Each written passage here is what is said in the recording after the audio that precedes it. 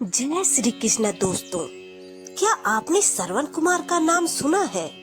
हाँ, वही श्रवण कुमार जो माता पिता की सेवा के लिए प्रसिद्ध है। लेकिन क्या आप जानते हैं कि उनके माता पिता कौन थे, कहाँ से आए थे? क्या उनकी कोई कहानी थी? श्रवण जैसा पुत्र तो सभी मांगते हैं क्योंकि वे माता पिता की सेवा करते थे। लेकिन क्या आप जानते हैं आखिर श्रवण को क्यों मरना पड़ा? इसके पीछे की वजह कोई श्राप था या फिर कोई वरदान? यह वह कथा है जो अक्सर छूट जाती है, लेकिन आज हम जानेंगे उस बीज की कहानी जिससे श्रवण जैसा पुण्य आत्मा खिला।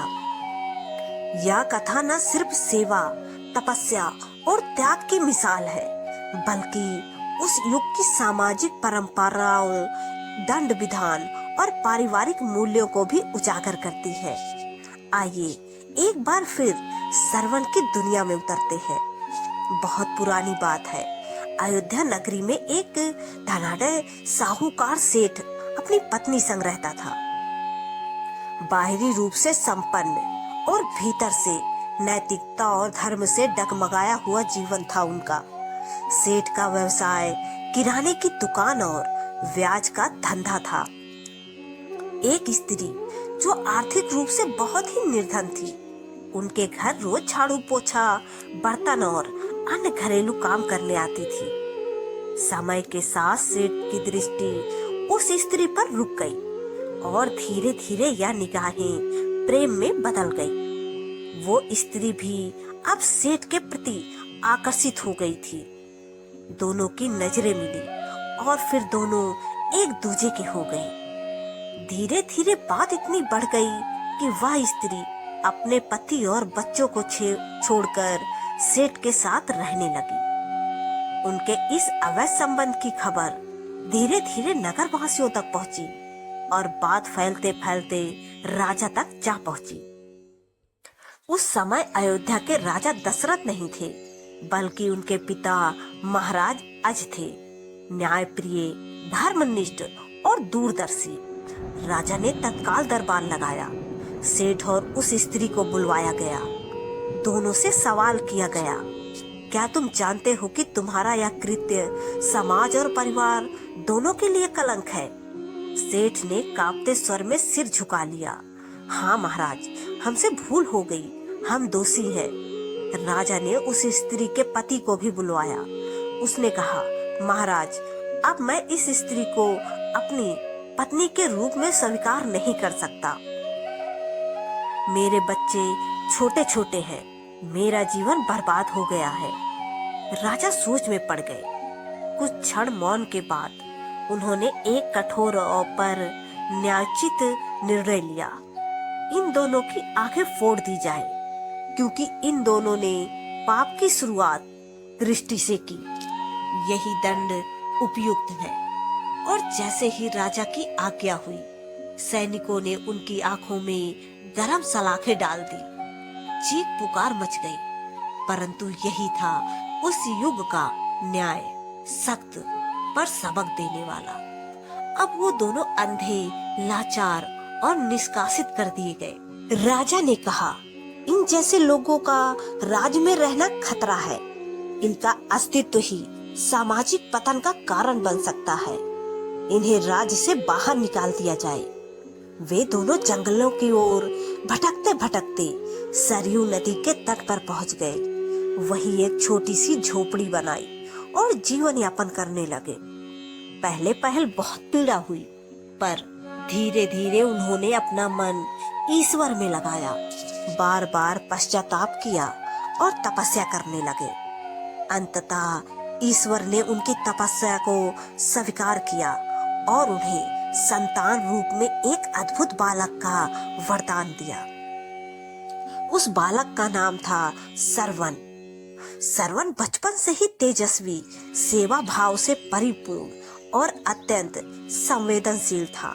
वो अंधे माता पिता की सेवा में सदा तत्पर रहता। उन्हें स्नान कराता, भोजन कराता, हाथ पकड़कर जंगल की सैर कराता, उनके दुख दर्द बांटता।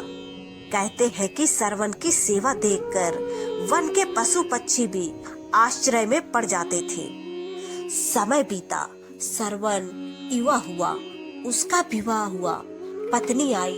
शुरू में सब कुछ ठीक चला, पर एक दिन एक घटना घट गई जिसने कहानी को मोड़ दिया। सरवन की पत्नी माता पिता के लिए 2 प्रकार की खीर बनाती थी। एक थी महरी यानी खट्टे मट्ठे की खीर और दूसरी दूध, चावल और मिश्री से बनी खीर। दिखने में दोनों एक सी, पर स्वाद में जमीन आसमान का अंतर। एक दिन सरवन के पिता के हिस्से में अधिक गरम महरी आ गई। सरवन ने थाली बदल दी और खुद वह खीर खाई। पिता ने पहली बार खीर का स्वाद लिया तो हैरान हो गए। बेटा, आज घर में क्या उत्सव है? खीर में आज अमृत का स्वाद आ रहा है। सरवन चौंका। उसने थाली वापस ली। चख कर देखा तो सारी सच्चाई सामने थी। वह पत्नी के पास गया और सख्त स्वर में पूछा, तू ऐसा भेदभाव क्यों करती है?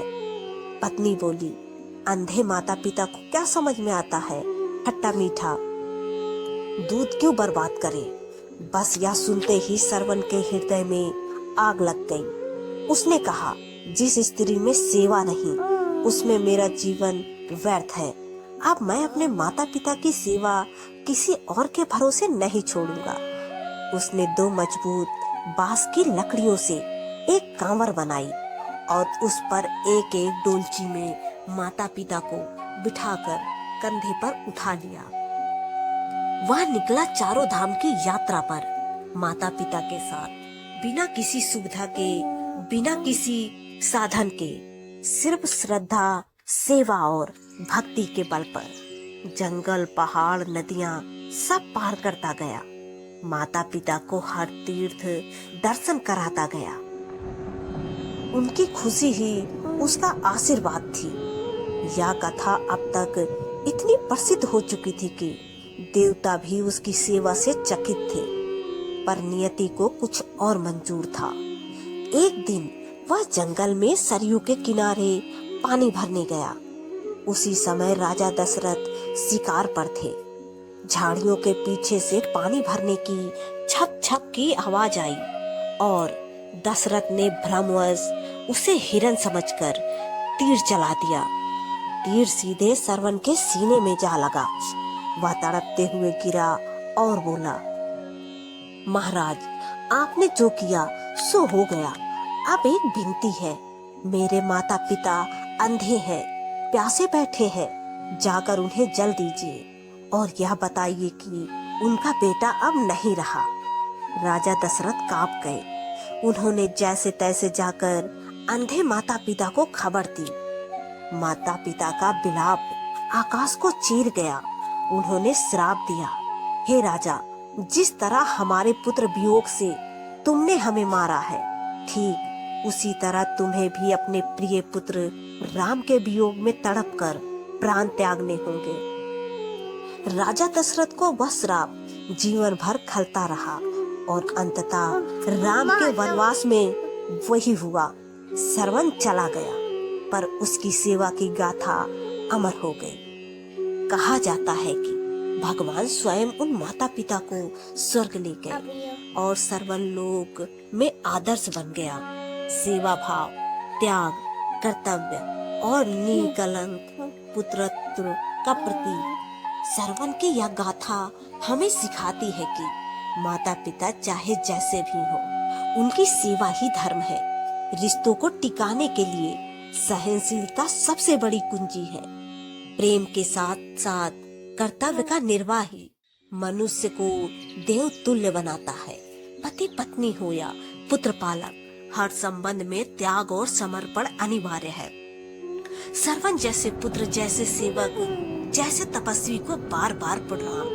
सरवन था, है और उस हर दिल में रहेगा जहाँ सेवा, श्रद्धा और समर्पण का स्थान हो।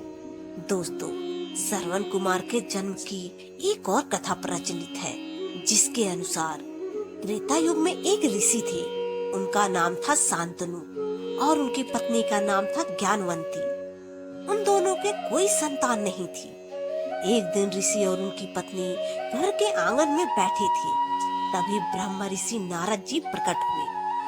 दोनों पत्नी पत्नी ने नारद जी को खूब आभगत की और सेवा शुश्रूषा की। उनकी सेवा से प्रसन्न होकर नारद जी ने ज्ञानवंती को आशीर्वाद दिए, सौभाग्यवती भवा, आयुष्मती भवा, पुत्रवती भवा। यह आशीर्वाद सुनकर ज्ञानवंती ने पूछा कि हे ऋषि, क्या तुम्हारा तीसरा आशीर्वाद भी सफल होगा? इस पर नारद जी ने कहा कि हे ज्ञानवंती, ऋषि के कहे हुए शब्द कभी मिथ्या नहीं होते, लेकिन मेरी एक शर्त है। तुम्हें पुत्र प्राप्त करने के लिए दोनों को नैमिषारण्य वन में वर्ष तक ब्रह्मा जी की कठोर तपस्या करनी पड़ेगी। तब ऋषि और उनकी पत्नी है नारद जी के बताए अनुसार नैमिषारण्य वन में जाकर ब्रह्मा जी की कठोर तपस्या की। उनकी तपस्या से प्रसन्न होकर ब्रह्मा जी ने उन्हें दर्शन दिए और वर मांगने को कहा। शांतनु बोले, हे प्रभु, मुझे पुत्रवान होने का वर दो। तब ब्रह्मा जी ने उन्हें कहा कि पुत्र अवश्य प्राप्त होगा, लेकिन मेरी एक शर्त है कि तुम्हारे घर में पुत्र होने पर तुम दोनों की नेत्र ज्योति चली जाएगी। इस पर शांतनु ने कहा कि हे प्रभु, क्या हुआ कि यदि मेरी नेत्र ज्योति चली जाएगी, मैं पुत्रवान तो कहलाऊंगा, लोग मुझे नापुंसक तो नहीं कहेंगे। मुझे आपकी सभी शर्तें मंजूर हैं। इस पर ब्रह्मा जी ने कहा कि मैं तुम्हें आशीर्वाद देता हूँ कि तुम्हें पुत्र प्राप्ति होगी, और यह भी आशीर्वाद देता हूँ कि तुम्हारे इस पुत्र का नाम संसार में युगों युगों तक याद किया जाएगा। बाद में शांतनु के पुत्र होने पर दोनों माता पिता की नेत्र ज्योति चली गई और वो अंधे हो गए। उस बालक का नाम श्रवण कुमार रखा गया। जब श्रवण को वशिष्ठ जी अपने माता पिता के अंधे होने का कारण पता चला तो उन्होंने सब कहानी बता दी और फिर से ज्योति वापस लाने के लिए कहा। सभी तीर्थ कराने को कहा। जब श्रवण तीर्थ कराकर लौट रहे थे, उसी समय ब्रह्मवाणी हावी हो गई और दशरथ जी के द्वारा श्रवण की मृत्यु हो गई। प्रेम से बोलिए जय श्री हरि विष्णु की। ऐसे ही और भी रोचक और आध्यात्मिक वीडियो के लिए चैनल को सब्सक्राइब कर लें। दोस्तों, आपको यह कथा कैसी लगी कृपया कमेंट करके जरूर बताएं। वीडियो पसंद आया हो तो लाइक करें और अपने दोस्तों के साथ शेयर करें। कमेंट बॉक्स में जय श्री कृष्णा लिखना ना भूलें। फिर मिलते हैं एक और दिलचस्प वीडियो के साथ। धन्यवाद। जय श्री कृष्णा।